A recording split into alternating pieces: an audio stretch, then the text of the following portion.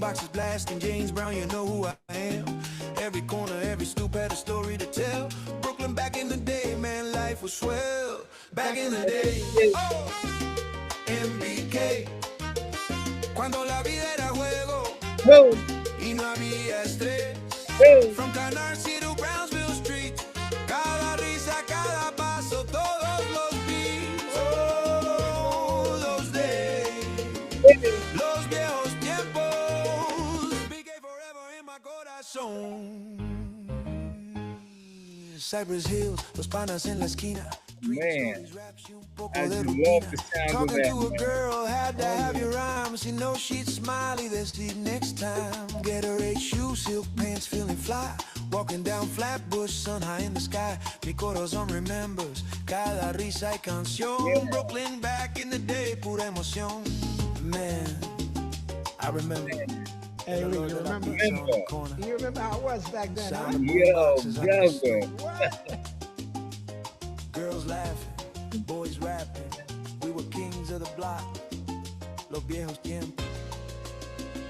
You can't forget them. Back in the day. Back in the day. Back in the day.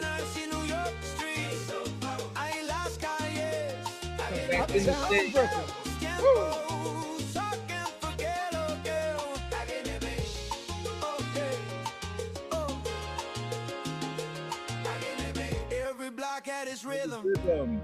Every stoop had its soul. From sunrise to sunset, we all played our role. Sneakers squeaking, boombox speaking, stories untold. Those were the days, Brooklyn streets of gold. Y aunque el tiempo pasa y las calles cambian ya, BK forever, mi corazón estará. The good old days, los viejos tiempos, BK. We keep them alive in every note we play. Slow down, MBK. I am BK. Canarsie, East New York, girls do los viejos tiempos. Back in the day,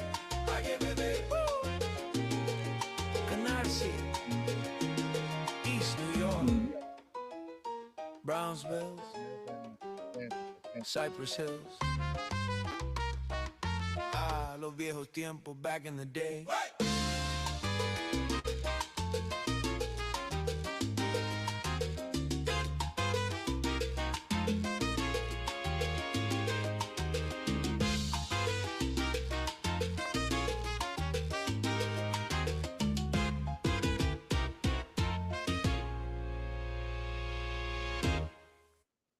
Yeah, Lee, man. Oh Hey, man. man. Yo, How you doing today, bruh? hey, brother, I'm doing great, man. Let me tell you. And every time I hear that song, man, does it bring back memories. You know, for those of you who are not from New York, BK is, initial for Brooklyn. But you can't talk about Brooklyn without talking about Uptown. It's like both go hand in hand, right? And although they were different kind of cultural sets, there was so much similarity.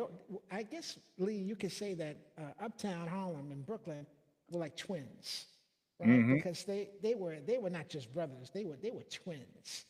When we think about how things were back then, you know, one of the pieces in the song talks about how rapping to a girl was part of your personality. It made you who you are. It gave you name in the street, gave you recognition. You Yeah. did two things that gave you recognition. You speak on this. You played ball. If you was a ball player, you had automatic props. But if you was a ball player and you knew how to rap, forget about it. Forget about it. Right? And that's how it was back in the day. For sure, for sure, for sure, for sure. And let's not leave out the so yeah, definitely if you were, good with the ladies, good in sports, and of course you had the street dudes, if you out there hustling and you had Hustling. cars and all that, but people were attracted. That's how you got respect. Those That's how those you are the got people that respect. got the respect, right? That's right. You know, that song when you talk about the stoop, it reminds me, because my family, we grew up on, I grew up on 15th Street between Manhattan and Morningside Avenue. Okay. From the age of birth to I was 12 before my family moved uptown. Okay. And I can remember sitting on the stoop on 115th Street as a little kid, you little shorty, watching the older kids, you know, and the styles that they had, right? Ooh, Walking down the yes. street, everybody, you talk about the shark skin pants and Man, the everyone gaiters, the styled, flock man. sweaters. Yeah, and in my neighborhood back then, there was how it would go. The kids that were the teenagers, they would always take the younger kids, under their wing. And Yes. you always had like a guy that was older than you that you were kind of like, his protege, you know what I'm saying? Right. And so there was a guy in my neighborhood, Bobby. Bobby was a pretty boy, and he was sharp. Always had his hair cut nice. He always dressed. He was good with the ladies. The women, the girls loved him and everything. And he was always, and there's another guy named Hollis. I'll get to Hollis in a minute. But Okay. Bobby was always like hey, yo, man, he'd come out and he'd be like, yo, man, anyone fuck with you, you let me know, all right, and or he'd come out, and if he was going to the store, he's, yo, shorty, what you want from the store, and he'd come Okay. back, and bring me some potato chips and a drink or whatever, and he lived in the building next to me, and he was always on his stoop, I'm on my stoop, Okay. and I tell you what happened, And this is an older dude, right? huh? And he's an older dude, right? He's a teenager, but I'm like 8 or 9, Okay. right? Gotcha. Yeah. All right. And he's like a teenager, and all the teenagers would take a young dude under their wing, you know what I'm saying? Uh-huh. And there was a guy in the neighborhood, his name was Ronnie, and Ronnie was not like like his family was very, very poor. Okay. Very poor. So he didn't dress up, he always had raggedy clothes on. He had he was Uh-huh. a strong guy, a strong kid, but Ronnie could fight, right? Okay. He was a fighter, right? Like I mean, I think of Leon Spinks, okay, Okay. Gotcha. Gotcha. he wasn't a handsome kid, wasn't a good looking kid. He actually had a chipped tooth. And one day, Bobby and Ronnie got into it and they were going to fight. Now, back then, what they would do, all the kids, if you were going to fight someone, you squared off in the middle of the street You squared off. and everyone came around a big circle around you and you fought, right, with your hands, and the best man won, That's right. right? And if a kid was getting beat too bad, the one of the adults would come because the adults would watch. They just watch, and then if someone was getting beat too bad, they'd come out and they break it up. Okay, Yes. yeah, and then after that, you shook hands and you were friends or whatever, and you Right. came. Well, I wanted Bobby, because Bobby was my guy, right? I Okay. wanted Bobby to win this fight, right? And he squared off with Ronnie, and Ronnie beat the crap out of him. I mean, it was bad, man. Oh, okay. I cried that Okay. that Bobby got beat, but here's the thing though, what I learned, he still got respect. Why did he get respect? Because he took his ass kicking. Yes. He fought back. He couldn't win, he couldn't beat Ronnie, but he fought back. Uh-huh. He fought to the best of his ability. He got beat, Uh-huh. but no one dogged him out or anything because he stood there and It was he not fought. about being shameful. It wasn't about that. No, he didn't No. run, he didn't hide, he took that ass kick. You know, and that was another thing that got you respect in the neighborhood, of course, is the ability to fight. But even more than that is just not to back down. You know, you couldn't be a Right. punk. You Yeah, couldn't be a punk. it was part of growing up. Fighting was part of growing up. Check this out. In So back then, back, right? yeah, but Lee, that lesson it still transcends to this day, in so many different ways on so many different levels. What do I mean? Look, Yeah, turn your mic up a little bit. okay, the other day, how's Yeah, there that? you go. You That's better? good. Yeah. Okay, the other day, I had a conversation with my wife about my grandkid, uh, who they live in Austin, right? And he's 7 years old, but he's bullied. He's bullied. He's being the kids in the neighborhood are beating him up, and he Mm, comes upstairs crying all the time, right? So my daughter, she tells him, "Don't come up here being a punk. You better go back downstairs and kick somebody's ass." Okay, now that's my daughter, so she know what time it is. Now her mother is trying to tell her, "But babe, he can't do that because he's going to get hurt, and he's a little guy." And my daughter told her, "Mommy, if he gets hurt, then that's the way he's going to learn." So I had to school my wife. I had to tell her, "Babe, our daughter is telling you right. That's the way I was raised.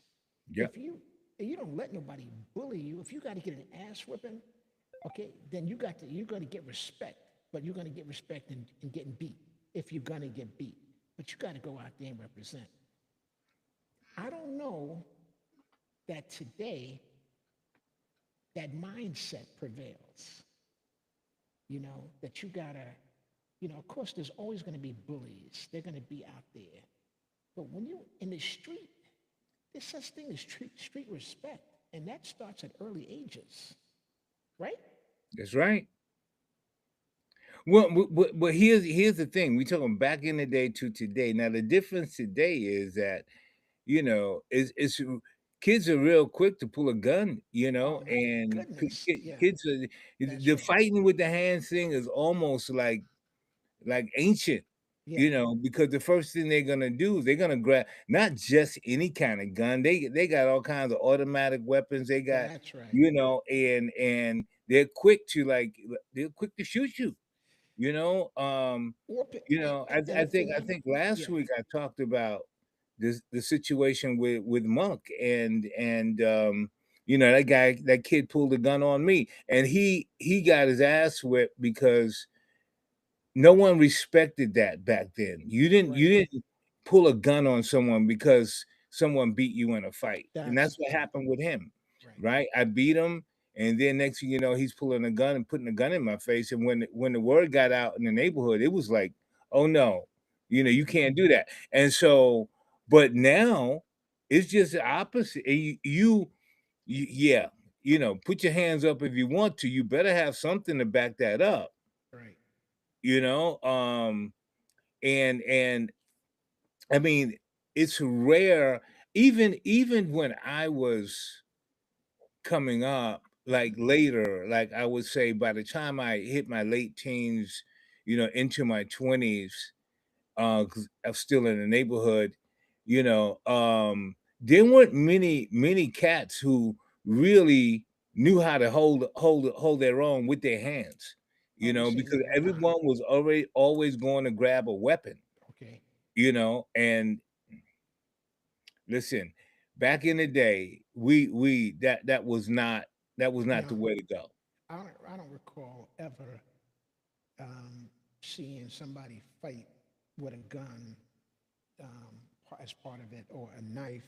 Well, that's not true. Uh, Puerto Ricans were known for fighting with knives. Let's call it what it was. Okay. Of any group, Puerto Ricans were known for fight with knives. So you didn't mess with no Puerto Ricans. I, I know I never did. You know what I mean? My girl was Puerto Rican, but I ain't mess with no Puerto Ricans, man. Listen, You remind me of my mother. My mother, God bless her, my mother was one of the most beautiful people you ever want to meet. but she had her way. She had her thing now. I wanted to go to when I was going to high school. I lived in Harlem, but I wanted to go to DeWitt Clinton High School in the Bronx because they had a great football Uh-huh. program up there, and I really wanted to go to DeWitt Clinton.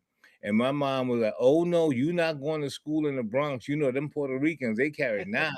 And you are not going up there." And I'm like, Yeah. "Mom, do you know how you sound?" Even back then, I'm like, "Mom, you know Uh-huh. how you sound? That doesn't mean no. I don't care. They'll cut you." Like, Hey, man, oh God, God bless remind, mom. reminds me Um, reminds me of a story. I was doing some work, and uh, the dude had to come see me. I was doing some work with the state, and this dude had to come see me. And Lee, he was all scarred up, man. It looked like a freight train rolled over him. His face was all slashed up. I said, "Yo, man, what happened to you?" And he said, "Yo, man, Mr. Coleman, I went and visited this girl up in the Bronx, right? And I got jumped by these Puerto Ricans." It wasn't funny, but I got to tell you something. I started cracking up, man, because I knew what he went through. Okay, again, I never went through that, thank God. But hey, that's how it was, that's how it was. and we understood that, right? That's how it was. That's how it was. But I mean, I think that kind of upbringing, with what we're talking about, you get this foundation, like, you're not gonna let anybody just take bully you, take Right. advantage of you. We didn't grow up like that. I mean, I No. didn't, and it's not like, for those anybody listening, I'm definitely not trying to say, I was some type of tough guy or anything like that. We just held my own. You had Right. to hold your own, you Right. know. I didn't go around, I never started a fight when I was a kid, but I wasn't gonna back down from any, Gotcha. and that's just how I was raised. Um 'Cause Well, last week I talked about, my father sending me up the street to, fight Monk after he took my watch, right. and I was 13, and when I did get the watch back, he bought me a new watch and said, "I bet no one's gonna take that one from you." Right. And I was like, "Yeah, I get it, Dad, I get it." You know what I'm saying? I get it. But also, that being said, growing up in New York, you had to know when to fight, fight or flight, right? When to fight and when to run And when to too. run. And when to run. Because there were times I did have to run. There were times when I looked at the situation as like, you know what? There's no way I'm gonna win, and there's no way I'm gonna stand here and get my ass whipped Right. when you're outnumbered, or people got Right. weapons and you don't have any. I think it's time to go. Right. You know? Now, I think growing up, growing up uptown versus growing up in Canarsie in Brooklyn, where I grew up, there was a big difference in experiences where we had confrontations with somebody. Okay, so for example, in Brooklyn, in Canarsie in particular, you never had a confrontation with a Puerto Rican. Puerto Ricans were like your brother. They were Yeah, your brother. right. Same They were here. family. So there was never a cultural or any kind of clash or confrontation with Puerto Same Ricans. here. In fact, I grew up on Puerto Rican music. I learned how to salsa dance at the age of 13, right? Right. Okay, so these are my my brothers. But now on the edge of the projects we lived, there was the Italians.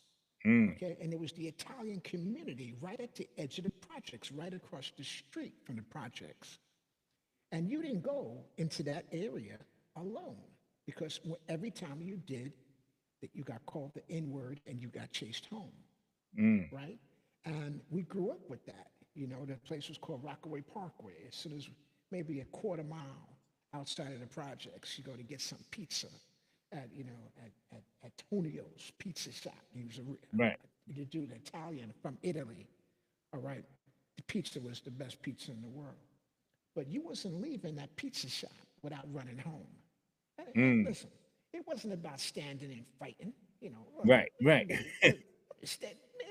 listen, you outnumbered, and them boys is calling you all kind of names, and you running and calling them all kind of you white, and you Yeah. running Yeah. and Yeah. running Yeah. and you hollering. And as soon as you got to the projects, yo, Dad, you dared them to cross the street. It's Right. like there was that line. They would never cross that line. You know what I mean? Right. Right. But you knew when you had to run, and you knew when you got back. If your boys wanted to go in revenge, and there were times when that happened, Right. we did, and there were these kind of mini race wars, and that was all part of the way we grew up. You know?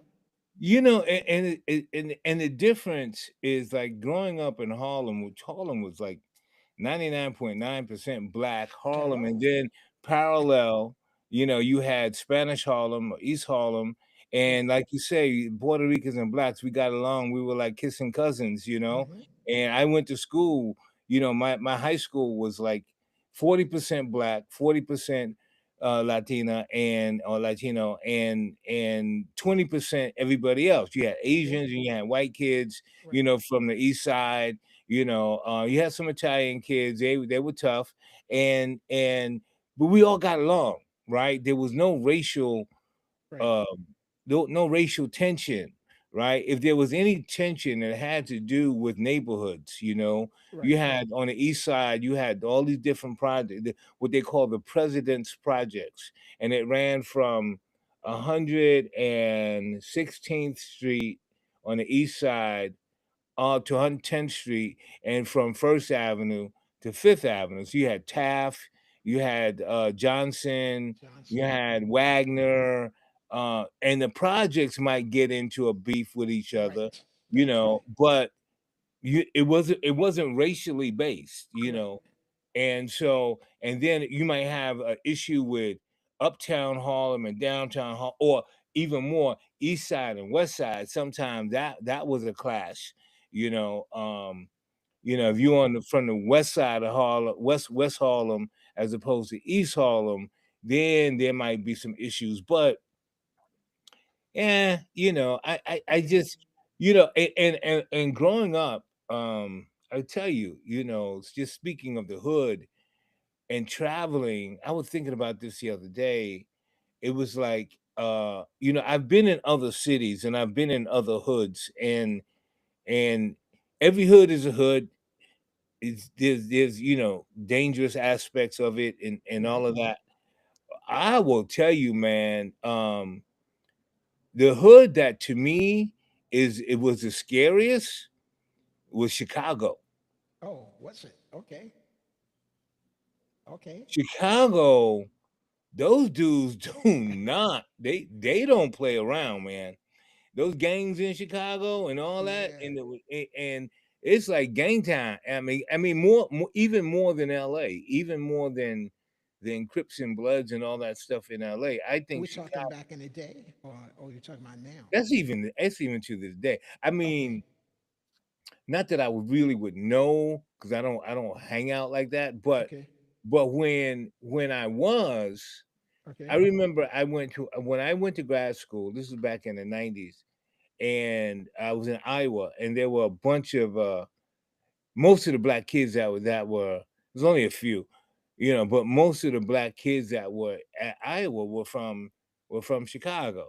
Oh. Some from St. Louis. Because Iowa City was only 3 hours from Chicago, right? Okay. So they were there, I just and never think of Iowa as having black people. huh? I just never think of Iowa as having black people. Well, you were right, because at the University of Iowa, literally, the population of black people at the university was like 3%, Okay. and that included everybody. Okay. That included Africans and the Caribbeans and everybody. Okay. Look All at that. right. So, okay. Okay. All So, right. but you had your crew of black kids from Chicago, and Uh-huh. I shared an apartment with a guy from Chicago, Elgin, and his brother came down from Chicago to visit. The first time I met his brother, and I walked out of my bedroom, and his brother and a couple of his friends were in the living room, and you know that instinct, as soon as I walked into the living room and I saw these guys, and it was like, ooh, Okay. they were gangsters, man. They were straight up gangsters, and it was like clear, right? And it was like, ooh, and I got into an issue with one of this was much later. I was still there. And I forget what it was about, but this guy was like, I said, we got into an argument. We were in the student union building, and he's like, man, what do you want to do? I said, man, well, let's go out. Let's go outside, man. We take it outside, And he said, no, we can do it right now, right here. I was like, oh, okay. I wasn't ready for that. You know what I mean? Yeah, I'm on scholarship, bro. What you mean? I'm Right. not getting kicked out of school for you, you know. Um, I mean, some people came and broke it up, but I would, of course, I would have threw down if he would have made a move. I said, and I did say, make a move then, but it was just something about those cats that was Yeah. like, okay, and I've done lived some street life myself, and even out here in LA, I've been in a lot of the neighborhoods and stuff like that, and always found my way around. But I think that is because, with respect, but I think that's because I'm born and raised in Harlem, Yeah. you know, Yeah. and there's a I, certain way I carry myself that people recognize, and they give me a little gratis, I guess. yeah. I don't want to Yeah. overstate that, for anybody listening. Um, but I go around town, and people refer to me as OG, and I'm what I'm not an OG, but Right. Right. I get that. Right.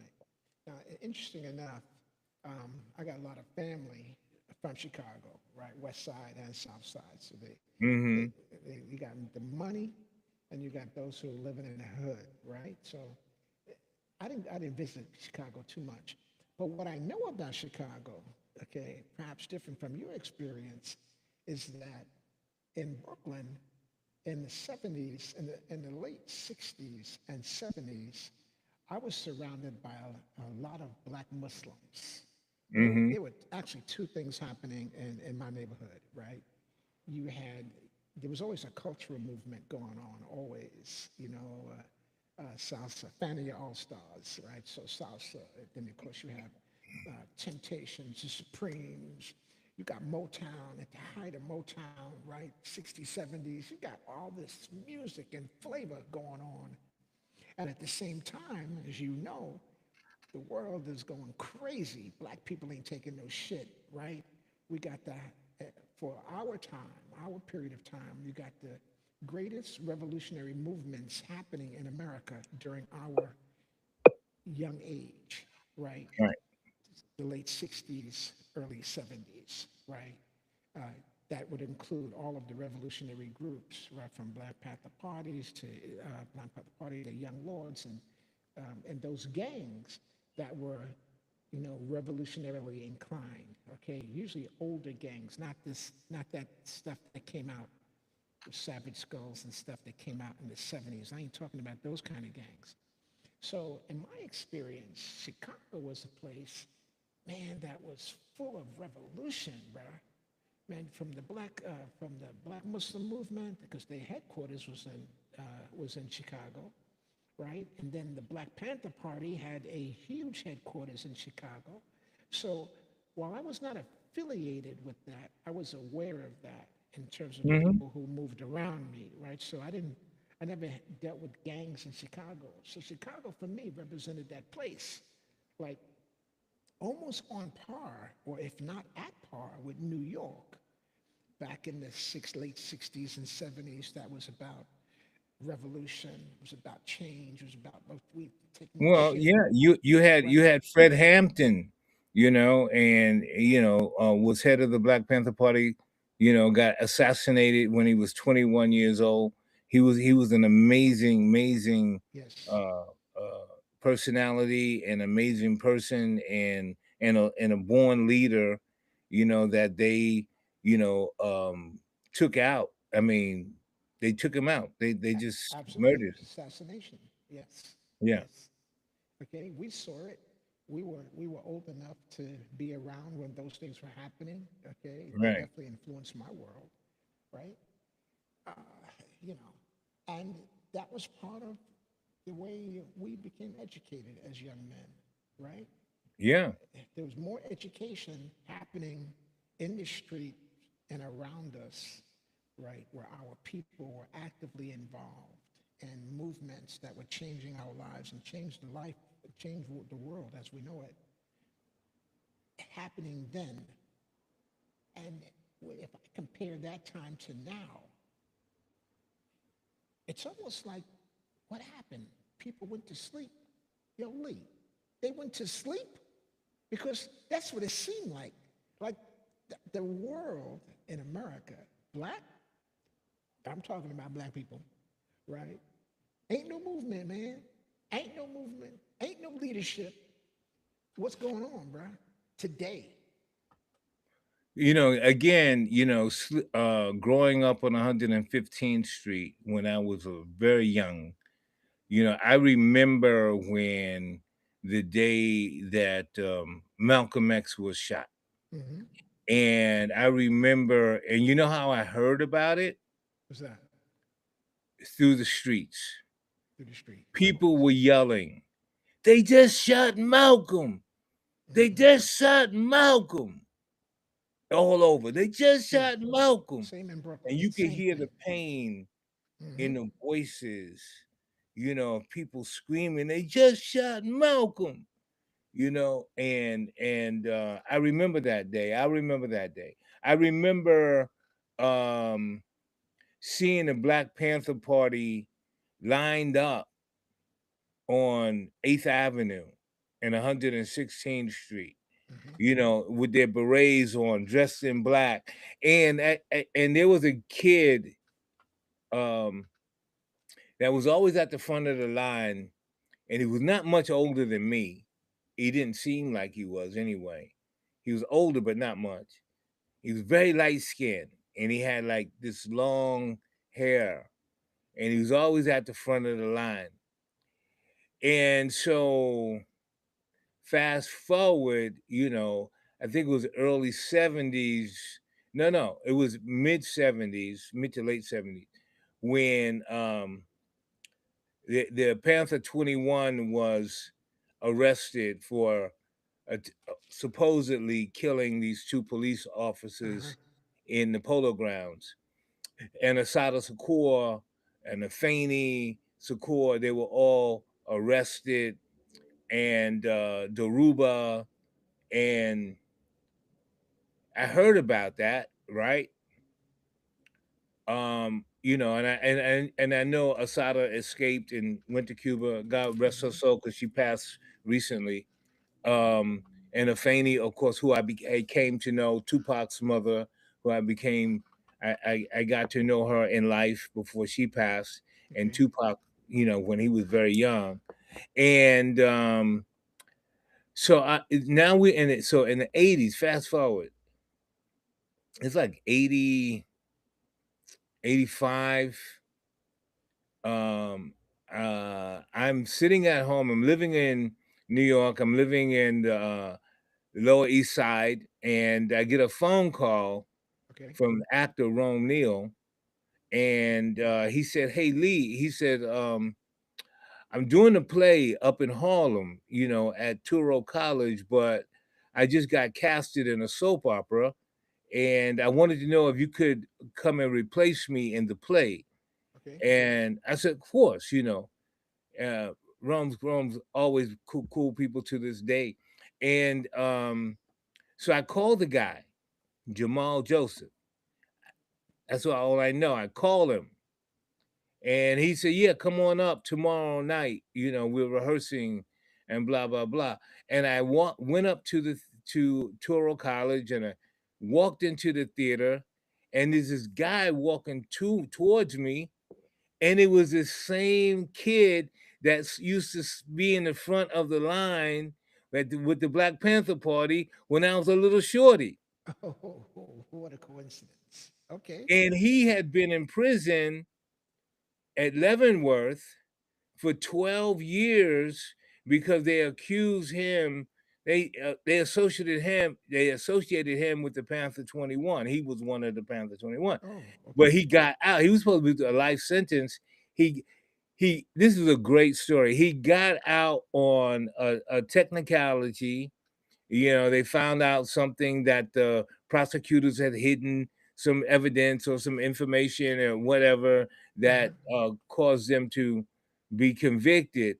Anyway, he gets out. He married Joyce Walker, who was the first Black woman to grace the cover of, I want to say Vogue. It wasn't Vogue, but it's another magazine like Vogue, and beautiful woman.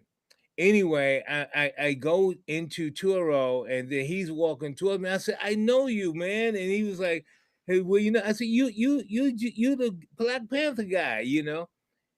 And he turns out to be one of the coolest, most amazing people I've ever known, Okay. right? And so he ends up, check this out, he ends up being the head of the film department at Columbia University.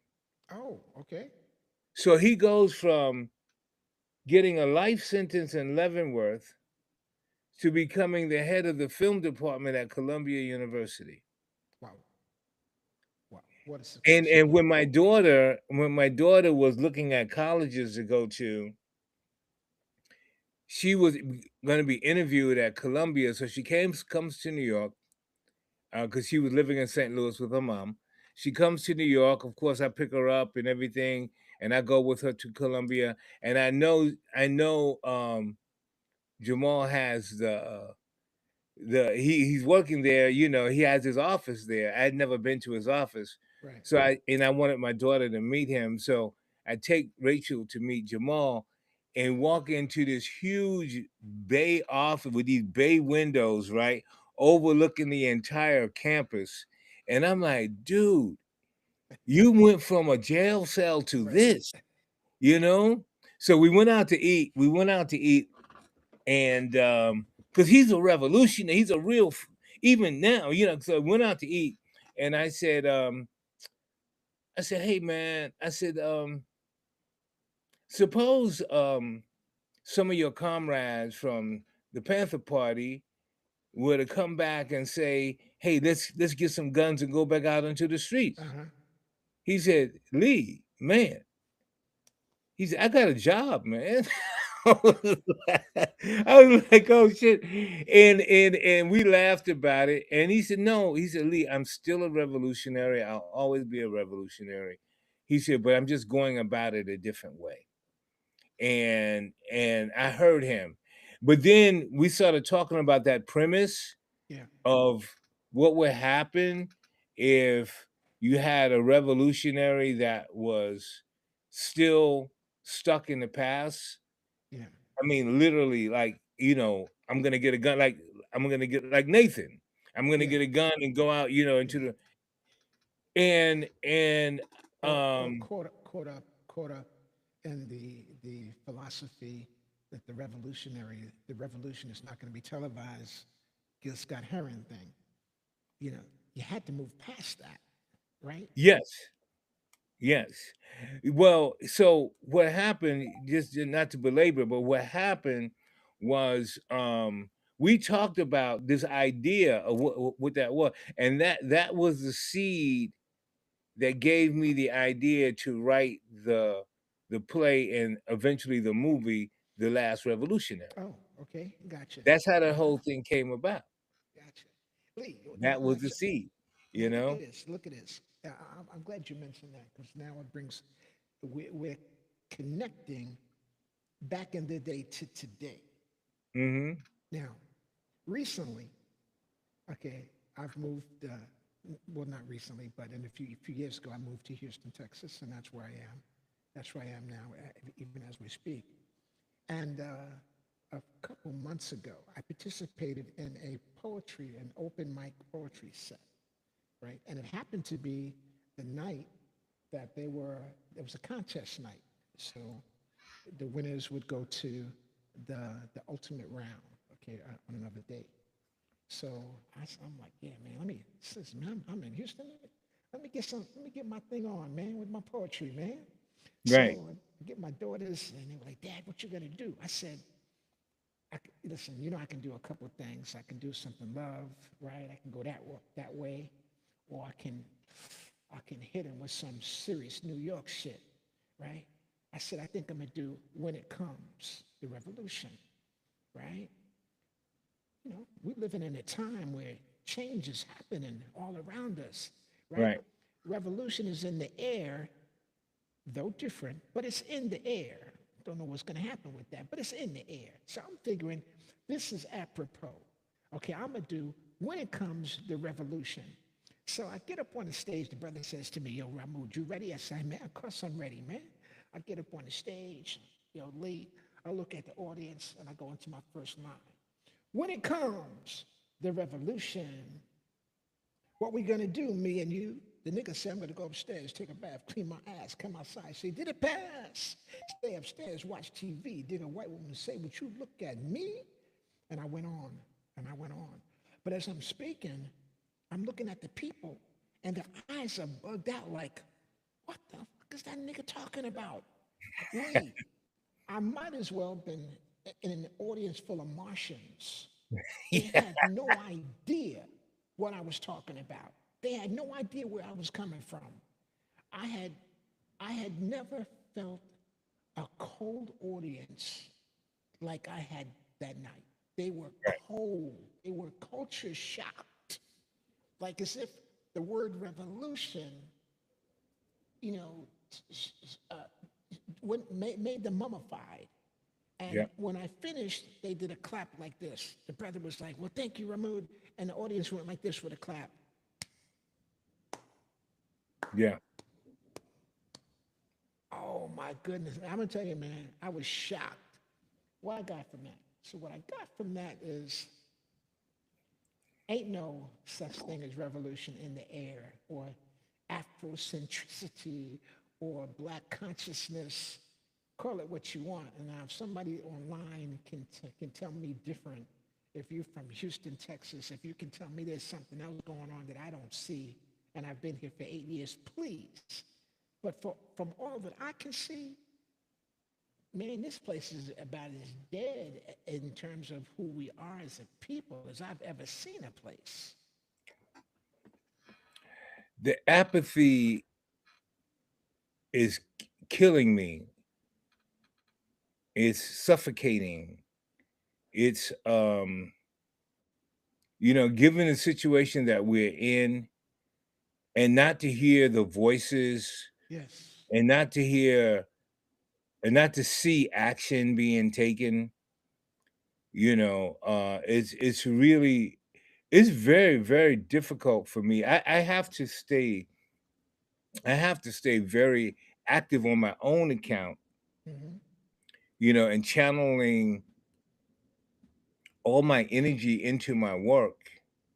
Otherwise, and knowing that that's not even enough, Mm-hmm. because um there are people that just won't be listening, bro.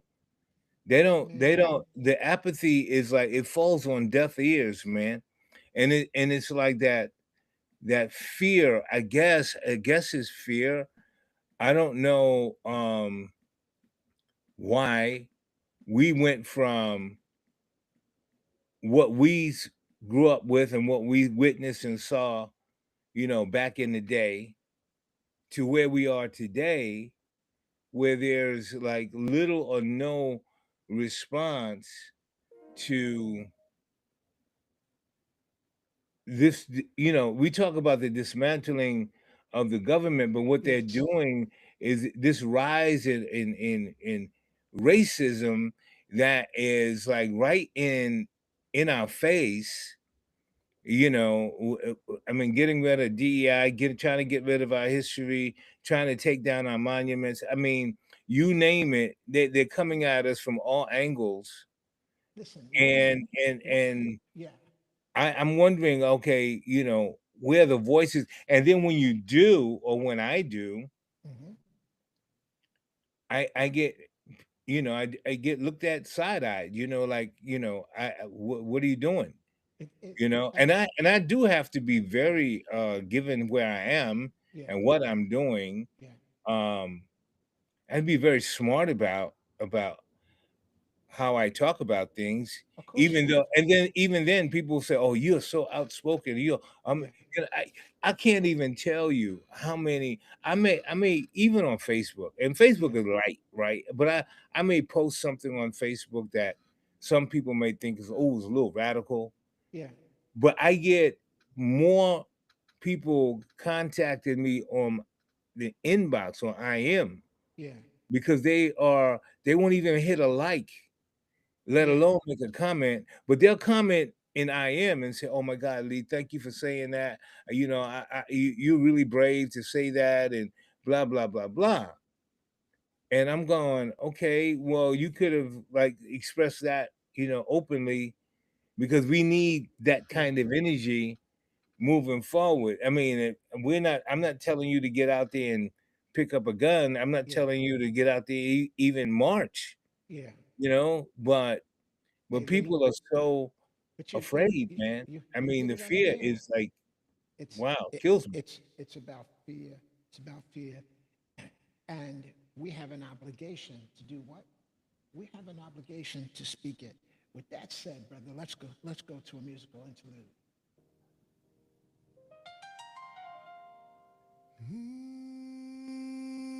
Yeah. Sometimes truth is all we got. Yeah. Cuando no queda nada, la verdad permanece. So what you gonna do? Hide it or speak it?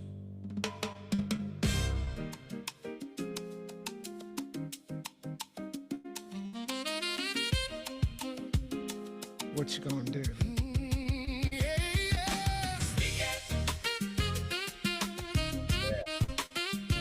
Speak it. Speak it.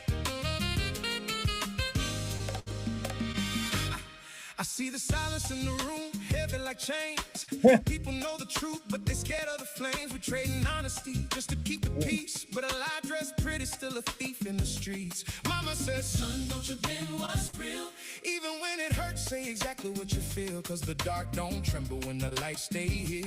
But one word of truth, that's how freedom begins. Don't hold back, no more hiding. No te calles, what's in your heart? Stop fighting. La verdad sigue llamando. Speak it. Even when your voice shakes, say it. For the ones whose silence breaks. Truth. It's the fire we can't fake. When truth is all we got, we gotta speak it. Speak it. Dilo. Loud and clear, no fear. Say it. Habla, let the whole world hear. We can't hide no more. It's time to make it clear. When truth is all we gotta speak it. They build illusions just to keep us blind, selling shadows while they stealing minds. But deep inside we know what's right. Truth don't whisper, it ignites. You can feel it rising in your chest, like a drum saying don't second guess. When a lie gets loud, you go louder still. Truth ain't safe, but it's God's will. Truth ain't always easy, pero es necesario. Though it may cost you, es obligatorio. They might turn away. They might call your name. They might call your name. But if you know it, si tú lo sabes, then show it. Tienes que hablar.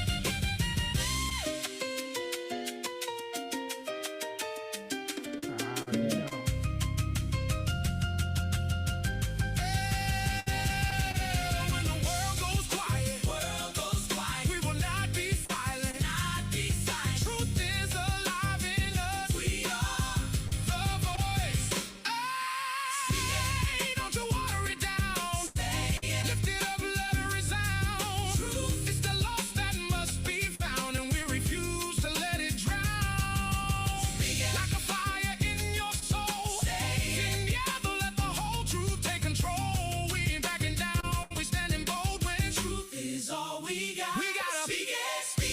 Say it when it's hard. Say it when it costs. Cause silence got a price. And truth is worth it all. Speak it. Speak it.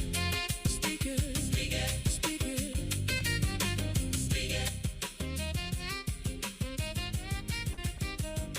Speak it.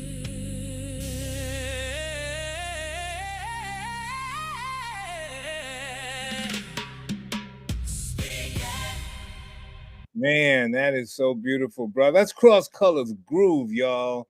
That's Ramu Coleman. You know, what's the title of that tune? Speak it. Speak it. Speak it. Speak it. Speak it. Cross Color Groove. Cross Colors Groove Studio. Yes, you know, you Spotify. can find Ramud on Spotify and YouTube and iTunes, Instagram. I mean, he's out there. He's got so much amazing music that he's producing, and I encourage you to check out his music. Once you start listening to it, you won't stop. You'll be bouncing in your seat just like I'm, and your head will be going just like can't help it. You just can't help it. You know. Thanks for that promo. And but the music, and it's not even about that, right? It's about the message, right? Yes. And the message is just so clear that we have an obligation to speak what is the truth, right? Yes. And what we're doing right here, right, on Back to Today, of course we're telling stories, it's these urban stories, but it is about the truth. And if it's about what it was, right? There's no sugarcoating about it. It's just about what it was. Yes.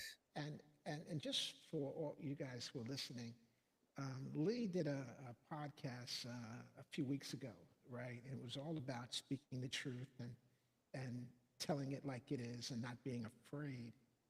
This song was produced in recognition to that bold stance that Lee takes, right?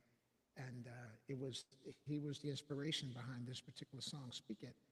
So if you get it, listen to it on all the platforms, understand that this is about where we are today. We talked about the apathy and the silence, right, that is prevalent, right, throughout communities across America, from East Coast to the West Coast. We got to do something about it. That's all I can say. We got to do something about it, and it doesn't start here, but this is one place where you're going to hear the truth, right, Lee? I heard a woman, and forgive me, I don't remember her name. She posts a lot on social media. She's an influencer, I guess, Black woman. I love listening to her, and she had something on today. I think it was earlier today. Let me see if I can find it actually. And she asked the question, well, where are the Marvin Gayes? What's going on? Where are these artists speaking to the times? Paul Robeson said, if artists are not speaking to the times, then what are we doing? Exactly. Yeah, even not even, but the Temptations, for example, were always singing songs about what was going on even back then, and so I as an artist, I always feel like the times of my canvas, for my creation. What are we doing, or what am I doing as an artist if I'm not speaking to what's happening in today's world? Hey, and isn't that what artists do? Artists reflect the day, right? We reflect the consciousness and the thoughts of the people of our time, of our day. Yeah. Right? And if we speak about the past, then artists will always connect it. There will always be some connection, right? And I think that's part of the obligation of an artist, or at least Yeah. part of the the mindset of an artist, right? To be reflective of the community that they come from, right? Or the mindset of the people. It's a big responsibility, but nonetheless, it is a responsibility. So yeah, where are the Marvin Gayes? Where are the what's his name? The guy, the one who did Superfly. Okay, Oh yeah, yeah. Oh man, Curtis Mayfield. Curtis Mayfield. Yeah, Yeah. right. Yeah, we need those artists. We need those producers. Yes. We need that. Okay. So, I remember, was it Frida Payne? It was a Frida Payne who did a song when the Vietnam era. Okay. Oh, cry, don't you cry. Um, uh, it was about a song. Oh, cry, don't you cry. You'll be back. Something about the Vietnam veteran who come back from war, but she Hmm. talked about it. That was, that was prevalent, man. Our brothers going out to the war, half of them not coming back, and the ones who did came back as ghosts. I mean, we got to speak to the times. And Well, man, I'm looking at this thing here. And I forgot you forgot to mention that James Brown say it loud. I'm black and say, I'm James proud. Brown, hello. You know. Sam Cooke, a change is gonna come. Yes, You know. yes, Nina Simone, Mississippi, goddamn. I mean, yes, Bob Marley. Gosh, what was man. Bob Marley? Oh my gosh, man. The music, Buffalo Soldiers yeah, and Redemption Song. that's Oh, right. It what? moved us. It motivated us. It propelled us to do Of something. course, Music, it fed our yeah, spirit. it did. It fed our spirit as artists. Yeah. So we definitely. I know I'm committed. My motto is acting is my love, but writing is my responsibility. And And that you do and I every and I day. take it that way. And I got to hand a lot of that to, and not only our upbringing, at the time that we came Yeah, up, because we were witnesses yeah, to the civil rights movement, to the yeah, black liberation movement, being young and making our way through New York at the time, another revolutionary like Nathan George, who was yeah, committed to the struggle, you know, um, and so and as that old saying goes, the struggle continues. You know, we're in for a fight right now. This is, I don't know why people are not more actively, you know, um, being of resistance about what is happening. right. But it's happening in front of us, but it's also happening to us. You know what, You know, Leah? Why don't we save that for our next conversation? yes, There's a reason why there's so much apathy. There's a reason why, and I know I don't have all the answers, and I'm sure you don't either. But at least we can talk about it. Let's make that part of our next conversation. yeah, Can we do that? for sure, for sure. We got a whole week to think about Okay. it, And see, and who knows what's gonna happen? Because there's always something some new happening man, every who single knows day. what tomorrow's You going to know, bring? I know for and one now thing. we're. Mhm. I know for one thing. I'm not celebrating Fourth of July. I was just gonna say that, man. Hello. Bing, bing, bing, bing, bing, bing. I was just gonna say that. I was gonna say, just remember Frederick Douglass in his speech. What Yes. to the Fourth of July? What does the Fourth of July mean for the American Negro, as we were called back then? Hmm. You know, but what does it mean, really? What does it Yeah. mean Yeah. today in 2026? You Yeah. know, as Let's. they celebrate on the lawn of the the great lawn Yeah. in Washington D.C. And it is their and all house. over the news with this lie up. Anyway, That's right. I'm gonna refrain from going going down that rabbit hole. But yeah, but you got everybody listening will know who I'm talking about and what I'm talking about. So Yeah, man. okay, listen, That's I think definitely. we're Let's that's bring that gonna for close us this out week, for right? this week. Hey, my brother, it's always good to see you. Yes, sir. You know, Indeed. this And is this is what is it? Food for my soul, brother. yeah, You know what I'm bro. Yes, saying? sir. I love it. So Yes, yes, sir. sir. All Yes, right. sir. You Hey, have a whatever you do this weekend, enjoy yourself. there you go. For Yeah. sure. We'll All see you right. next time. See you On next time. Leafy Lee. All right, Yes, Nation. sir. We'll catch you Ramu. next week. Yes, sir. All All right. right, brother. We rock Gatorade shoes, silk pants so clean. Any black sweater, man, we rule the scene. Rapping to a girl was all about your flow.